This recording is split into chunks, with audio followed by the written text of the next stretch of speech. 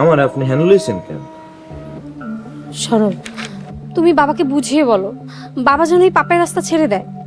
আবামনি, এই সরলের মনে কোনো গরল নাই। আমি অনেক বড় স্বপ্ন লইছি যে আমি অনেক বড় মাস্তান হব।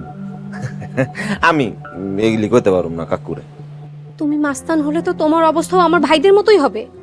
আরে এই সরলে কেউ মারতে পারবো না। এই সরল গ্রামে টাটকা মাছ মুরগি শাকসবজি খাওয়া বড় হয়েছে।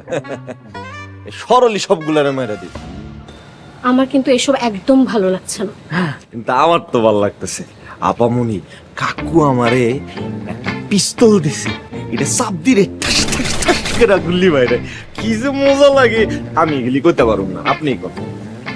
তুমি না বুঝতে পারছো না। আপামনি, আমি বুঝতেছি, আপনি বুঝতেছেন না। আপনার ভাই গজে মারছে, এটা কি শাস্তি চান না আপনি? তো তাদের শাস্তি পুলিশ দিবে।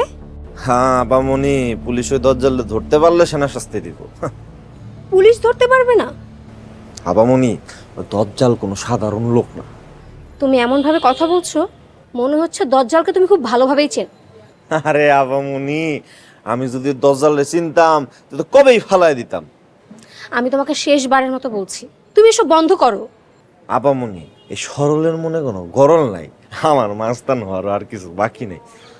আমি আপনার কথা রাখতে পারবো না, সরি।